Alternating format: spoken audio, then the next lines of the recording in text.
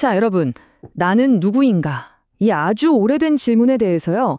생물학이 정말 놀랍고 어쩌면 좀 충격적이기까지 한 대답을 내놓았거든요.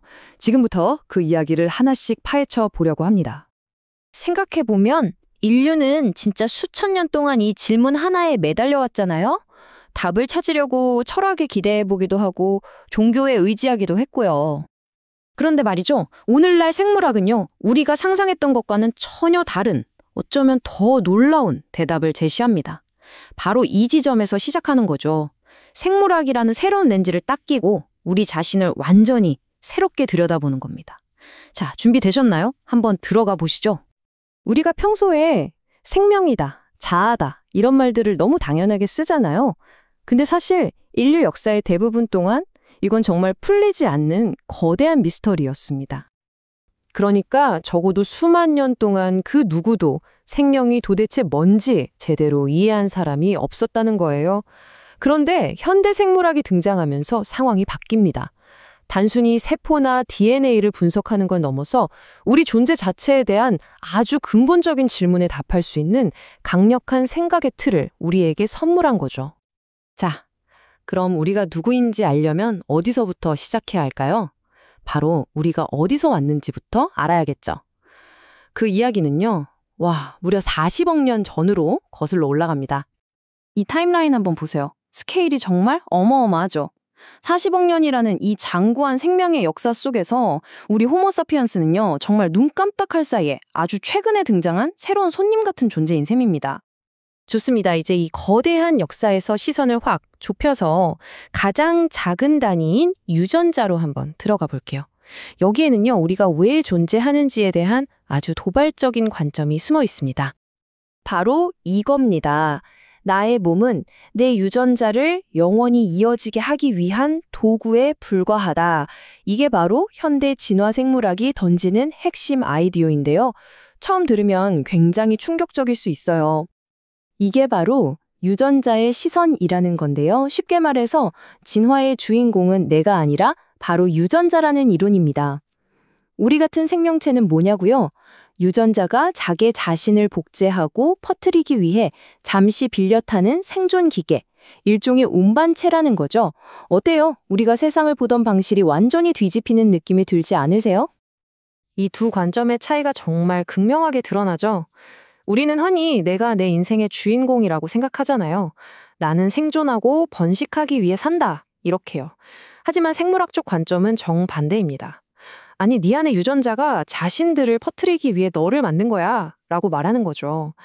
나의 모든 노력과 힘든 싸움이 결국은 내가 사라진 뒤에도 살아남을 그 유전자를 위한 거라는 뜻입니다. 정말이지 불멸의 유전자가 진짜 주인공이었던 거예요. 자, 그럼 이런 질문이 생기죠. 만약 우리 몸이 진짜 유전자를 위한 껍데기, 운반체에 불과하다면 그럼 지금 생각하고 느끼는 이 마음, 이 의식, 그리고 나라고 부르는 이 자아는 도대체 뭘까요? 인지과학자들은요, 이 나라는 느낌을 신기루나 환상에 비유합니다. 마치 이런 거죠. 상자 안에 조약돌이 들어있는 것 같아서 흔들어 보면 분명 달그락거리는 느낌이 나요. 그런데 막상 뚜껑을 딱 열어보면 그 안은 텅 비어있는 거예요. 느낌은 있는데 실체는 없는 거죠. 이걸 아주 극적으로 보여주는 유명한 실험이 있습니다. 좌뇌 해석자 실험인데요. 뇌가 분리된 환자가 있어요. 이 환자의 오른쪽 뇌에만 눈 내리는 풍경을 보여줍니다. 오른쪽 뇌는 말을 못하거든요. 대신 왼손을 움직여서 관련된 물건, 바로 삽을 가리키게 합니다. 그리고 물어보죠. 왜 삽을 가리켰어요? 그럼 어떻게 될까요? 눈 내리는 그림을 못 본 좌뇌가, 그러니까 말을 담당하는 좌뇌가 즉석에서 이야기를 지어냅니다. 아, 저 닭장 치우려고요? 하고요. 자기가 왜 그런 행동을 했는지 모르니까 그 행동을 설명하기 위해 가장 그럴듯한 이야기를 순간적으로 만들어내는 거예요. 자, 이게 뭘 의미할까요? 바로 우리가 자유의지라고 굳게 믿는 것의 상당 부분이 사실은 이미 무의식적으로 일어난 행동에 대해 우리 뇌가 나중에 그럴듯한 이유를 갖다 붙인 결과물일 수 있다는 겁니다. 정말 소름 돋지 않나요? 우리가 나라고 믿는 이 통일된 자아 욕시, 어쩌면 뇌가 우리 자신을 속이기 위해 만들어낸 가장 정교하고 그럴듯한 이야기에 불과할지도 모른다는 거죠. 와, 생물학이 우리가 철석같이 믿어온 나라는 존재를 이렇게까지 해체해버린다면 대체 우리에게 주는 가장 큰 선물은 뭘까요? 희망은 있는 걸까요? 우리는 보통 과학 덕분에 기술이 발전하고 병을 고치고 삶이 편해졌다고 생각하죠. 물론 다 맞습니다. 하지만 과학이 우리에게 주는 진짜 가치, 그 진정한 목적은 어쩌면 다른 데 있을지도 모릅니다. 바로 과학적 사고 그 자체예요. 우리의 직감이나 편견에서 한 발짝 물러나서 세상을 있는 그대로 객관적으로 볼 수 있게 해주는 능력 말이죠.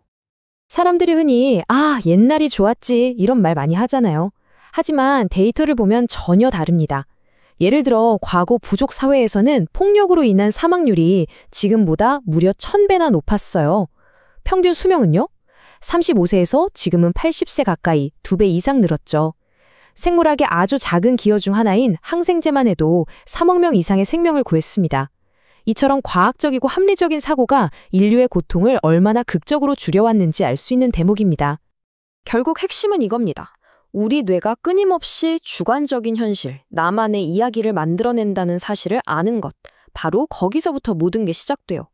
이 사실을 인정해야만 비로소 우리는 각자의 편견을 넘어서 공통의 진실을 찾고 함께 문제를 해결해 나갈 수 있는 거죠. 자, 오늘 이야기의 마지막 질문입니다. 생물학이 우리에게 너는 그렇게 특별한 존재가 아니야 라고 말해주는 것 같잖아요. 그런데 역설적으로 바로 그 사실이 우리를 더 자유롭고 너그럽게 만들어주는 건 아닐까요? 우리 모두가 똑같은 진화 과정의 산물이고 수많은 생명체 중 하나일 뿐이라는 걸 깨닫는 순간 어쩌면 우리를 갈라놓는 모든 편견과 장벽을 허물고 서로를 더 깊이 이해하게 될지도 모릅니다. 이 질문을 여러분께 남기면서 오늘 이야기는 여기서 마치겠습니다. 함께해 주셔서 정말 감사합니다.